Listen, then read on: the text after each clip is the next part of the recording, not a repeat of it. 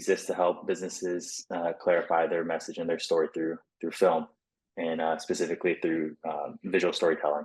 Residing in Greenville, South Carolina for over a decade, Rioin Oshiro currently runs Undercurrent Film Company, a dream that started with a GoPro and YouTube University, learning everything he possibly could. And just loved the idea of capturing things through video.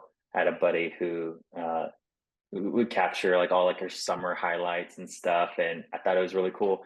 So when I first got my hands on one, started doing it, um, I loved it, and there was something about it that I've always wanted to fall back to. But there's something special about this. He was just filming anything and everything, creating mini stories from family vacations to day trips with friends, and compiling an archive of his life that he could eventually share with his two kids when they get older. His first big film, Great Wall, was not only the first piece he was able to put the Undercurrent Film Company's stamp on, it was nominated for the James Beard Media Award. The film focuses on Kayling Neo's journey to open a downtown Greenville restaurant, Some Bar. Oshiro met Neo eating dinner at a friend's house and was drawn to her story of exiting a career in engineering to bring dim sum to Greenville. With her, just in this part, this point in her path and mine similar, just different worlds.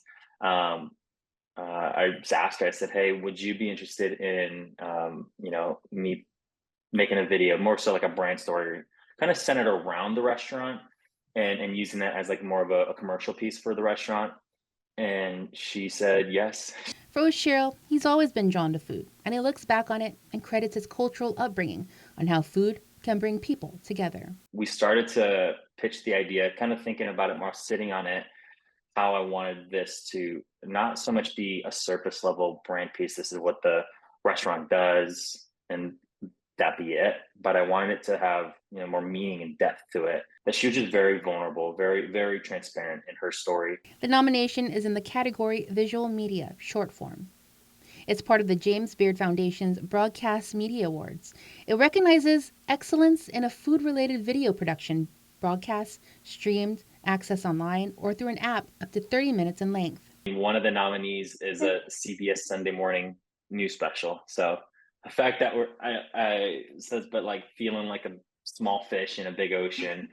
But it's I'm surprised, but also not surprised because I've been impacted by Kaylin's story, and I know that there are others like her, um, who resonate with her story, and others like her who are waiting for someone to tell their story. But where does this passion to tell Kayling's story come from?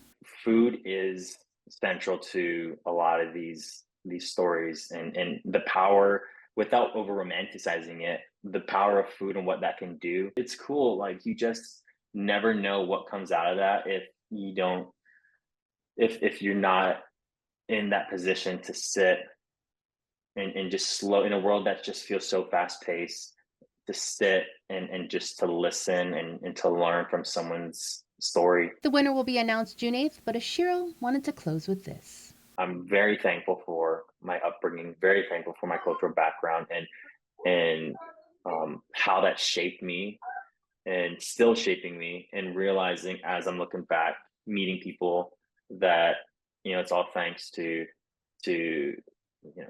just my family, my friends, the island spirit, and ultimately just want to give glory to God. Joan Aguon Charfauros, KM News.